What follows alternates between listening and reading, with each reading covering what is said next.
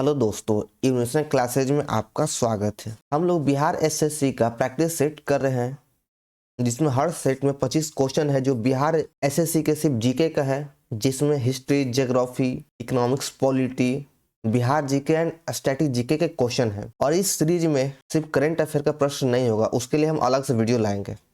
तो एक सेट का वीडियो अपलोड किया जा चुका है, आज हम लोग दूसरा सेट देखेंगे। अगर इससे पहले के वीडियो नहीं देखे हैं तो उसका लिंक आपको डिस्क्रिप्शन बॉक्स में दिया, आप उसे जाकर देख सकते हैं। और इस वीडियो को ज़्यादा से शेयर करें जो बिहार एसएससी की तैयारी कर रहे हैं। और अगर आपको इस वीडियो का अगर पीडीएफ चाहिए तो पीडीएफ आपको हमारे टेलीग्राम चैनल पर मिल जाएगा, जहां पे डेली पीडीएफ को अपलोड किया जाता है एवं बिहार एसएससी से जुड़ी पीडीएफ डाला जाता है। तो टेलीग्राम चैनल का लिंक डिस्क्रिप्शन बॉक्स में दिया गया है, वहां से आप जाके ज्वाइन कर सकते हैं। तो चलिए हम लोग वीडियो को शुरू करते हैं और देखते हैं अपना पहला क्वेश्चन। अगर आप इस चैनल पर नए हैं तो चैनल को सब्सक्राइब करना ना भूलें। तो चलिए हम लोग शुरू करते हैं पहला क्वेश्चन। पहला क्वेश्चन है कि भारत के किस स्वतंत्रता सेनानी ने लखनऊ में 1857 के प्रसिद्ध विद्रोह सिपाही विद्रोह का नेतृत्व किया था? तो लखनऊ से 1857 के सिपाही विद्रोह का नेतृत्व बेगम हजरत महल के द्वारा किया गया था। ऑप्शन नंबर सी सही है। अगला प्रश्न है ऑपरेशन फ्लड क्या है? तो ऑपरेशन फ्लड डेयरी क्षेत्र के प्रदर्शन को बढ़ाने के लिए शुरू किया गया एक मिशन है। तो इसका सही आंसर हो जाएगा ऑप्शन नंबर ए, यह दूध के उत्पादन को बढ़ाने के लिए शुरू किया गया था। तीसरा नंबर प्रश्न है कि मेगास्थनीज द्वारा लिखित पुस्तक इंडिका निम्नलिखित में से किस वंश के शासन का वर्णन करता है? तो इंडिका पुस्तक में मौर्य वंश के शासन का वर्णन है। ऑप्शन नंबर ए सही है। और इंडिका पुस्तक मेगास्थनीज के द्वारा लिखा गया और मेगास्थनीज चंद्रगुप्त मौर्य के दरबार में आए थे। चलिए देखते हैं अगला प्रश्न। चौथा नंबर क्वेश्चन है कि अंग्रेजों के खिलाफ भारत के स्वतंत्रता संग्राम के संदर्भ में घटना वर्ष का निम्नलिखित में कौन सा युग्म सही सुमेलित नहीं है? इन चारों ऑप्शन में से कौन सी घटना का सही युग्म सुमेलित नहीं है? तो हम लोग देख लेते हैं कि पूर्ण स्वराज। तो पूर्ण स्वराज की मांग 1926 में नहीं बल्कि 1929 में मांगा गया था। तो ऑप्शन नंबर ए सही है।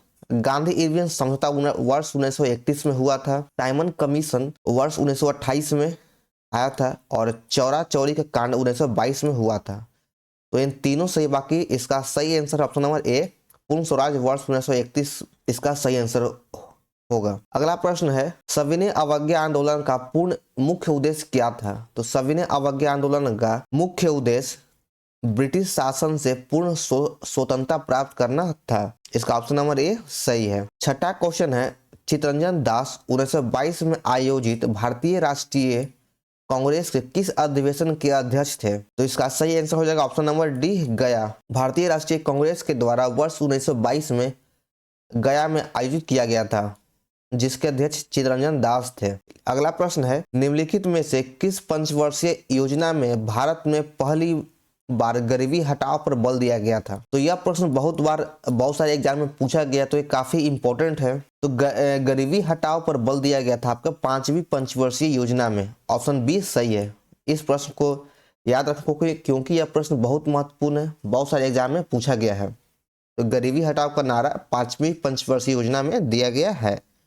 अगला प्रश्न है निम्नलिखित में से कौन सा निर्देशक सिद्धांत समाजवादी सिद्धांतों पर आधारित नहीं है? तो समाजवादी सिद्धांत पर आधारित नहीं है, वह है समान नागरिक संहिता। ऑप्शन नंबर सी सही है। बाकी सभी को समान कार्य के लिए समान वेतन, समान न्याय और मुक्त कानूनी सहायता एवं धन की एकाग्रता और उत्पादन के साधनों की रोकथाम, यह सभी समाजवादी सिद्धांतों पर आधारित है। 9वां नंबर प्रश्न है निम्नलिखित में कौन सी पूर्व घाटी की सबसे ऊंची चोटी है? इन चारों ऑप्शन में से पूर्वी घाटी की सबसे ऊंची चोटी कौन सी है? तो महेंद्रगिरी आपके पूर्वी घाट की सबसे ऊंची चोटी है, जो ओडिशा राज्य में स्थित है और इसकी ऊंचाई 1501 मीटर है।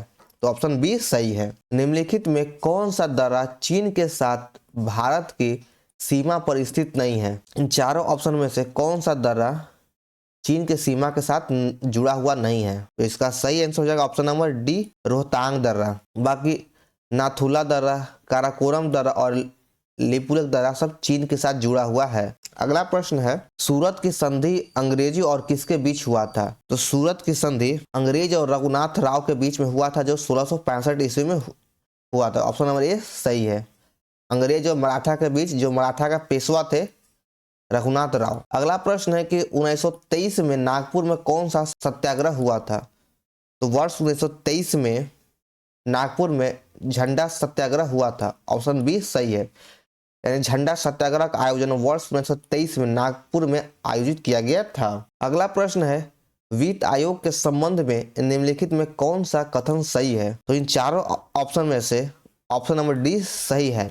वित्त आयोग के सदस्य राष्ट्रपति द्वारा निर्दिष्ट अवधि के लिए पद धारण करते हैं।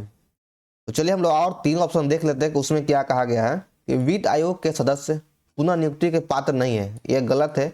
वित्त आयोग के सदस्य फिर से नियुक्त किए जा सकते हैं। वित्त आयोग द्वारा की गई सिफारिशों के सरकार के लिए बाध्यकारी है, बिल्कुल बाध्यकारी नहीं है। वित्त आयोग ने सीएजी को अपनी रिपोर्ट सौंपी है, वित्त आयोग अपनी रिपोर्ट सीएजी को नहीं सौंपता है। तो इसका सही आंसर ऑप्शन नंबर डी ही है। चलिए अगला क्वेश्चन है 14 नंबर, मानव विकास सूचकांक HDI का मान किसके बीच होता है? तो इसका मान 0 से 1 के बीच होता है। ऑप्शन बी सही है, 1 से ज्यादा नहीं होता है, 1 से कम और 0 से अधिक होता है, पॉइंट में इसका मान आता है। अगला प्रश्न है 12,000 फीट की ऊंचाई पर स्थित कई आकर्षक झीलों में से एक तसोंगमो झील किस राज्य में स्थित है? तो तसोंगमो झील भारत के सिक्किम राज्य में स्थित है। ऑप्शन नंबर सी सही है और यह 12,000 फीट की ऊंचाई पर स्थित है। अगला प्रश्न है कि निम्नलिखित में कौन सी नदी अरब सागर में नहीं गिरती है? तो इन चारों ऑप्शन में से तुंगभद्रा नदी अरब सागर में नहीं गिरती है। ऑप्शन नंबर ए सही है।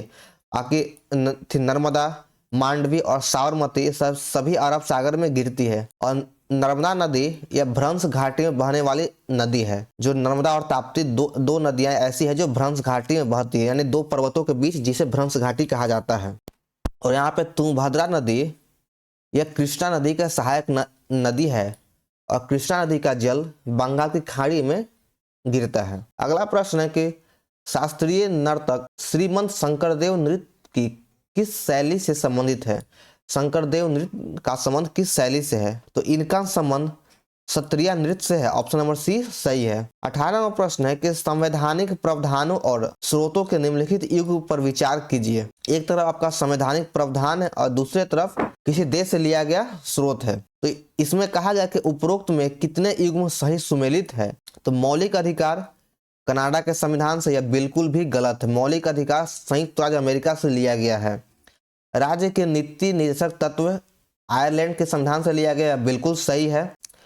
कैबिनेट सरकार या ब्रिटिश संविधान से लिया गया, यह भी सही है। केंद्र राज्य संबंध अमेरिका की बिल ऑफ राइट से लिया गया, यह बिल्कुल भी गलत है। तो इसका सही आंसर हो जाएगा ऑप्शन नंबर बी। इसमें सिर्फ 2 गो सही है, बी और सी सही है, बाकी ए और डी गलत है। चलिए अगला प्रश्न है 19 नंबर की भारत के संविधान की प्रस्तावना में निम्नलिखित में से किस तिथि का उल्लेख है? तो भारत की प्रस्तावना में 26 नवंबर 1949 का उल्लेख है। ऑप्शन नंबर ए सही है, क्योंकि हमको इसका उल्लेख प्रस्तावना के लास्ट में किया गया है कि 26 नवंबर 1949 को अंगीकृत किया गया है। अगला प्रश्न है 20 नंबर, सिंधु घाटी सभ्यता की पशुपति मुहर में पाई गई थी। तो पशुपति मुहर मोहनजोदड़ो में पाया गया है। ऑप्शन नंबर सी सही है। अगला प्रश्न है कि निम्नलिखित में से किस प्रकार का वन भारत में सबसे बड़े क्षेत्र में व्याप्त है? तो भारत के सबसे बड़े क्षेत्र में व्याप्त वन है उष्णकटिबंधीय नम पर्णपाती वन। ऑप्शन ए सही है। जिला परिषद को कौन भंग कर सकता है? तो जिला परिषद को राज्य सरकार द्वारा भंग किया जा सकता है। ऑप्शन नंबर बी सही है। निम्नलिखित में किस प्रकार की मृदा में जल धारण करने की क्षमता सबसे अधिक होता है? तो जल धारण करने की क्षमता सबसे अधिक चिकनी मिट्टी में होता है। ऑप्शन बी सही है। अगला प्रश्न है ट्राई का पूर्ण रूप क्या है? तो ट्राई का पूर्ण रूप है telecom regulatory authority of India. Option B सही है। 25वां प्रश्न है ईरान की मुद्रा क्या है? तो ईरान की मुद्रा रियाल है। ऑप्शन नंबर बी सही है। तो चलिए हमारा दूसरा सेट खत्म होता है। तो वीडियो कैसा लगा कमेंट करें, लाइक करें और चैनल को सब्सक्राइब करना ना भूलें और इस वीडियो को ज़्यादा से ज़्यादा शेयर करें उन दोस्तों को जो बिहार एसएससी का तैयारी कर रहे हैं, क्योंकि इस सेट की जो सीरीज चल रहा है इसमें सभी इंपॉर्टेंट क्वेश्चन होगा। अगर आप लोग देख लेते हैं तो इसे उम्मीद है कि जरूर इससे क्वेश्चन आपको बिहार एसएससी में मिलेगा। और इस वीडियो के डिस्क्रिप्शन बॉक्स में आपको बुक का भी सेट अपलोड किया गया है एवं प्रीवियस ईयर क्वेश्चन का भी लिंक आपको मिल जाएगा, उसे भी आप जाकर देख सकते हैं। तो चलिए हम लोग मिलते हैं फिर अगले वीडियो में। जय हिंद।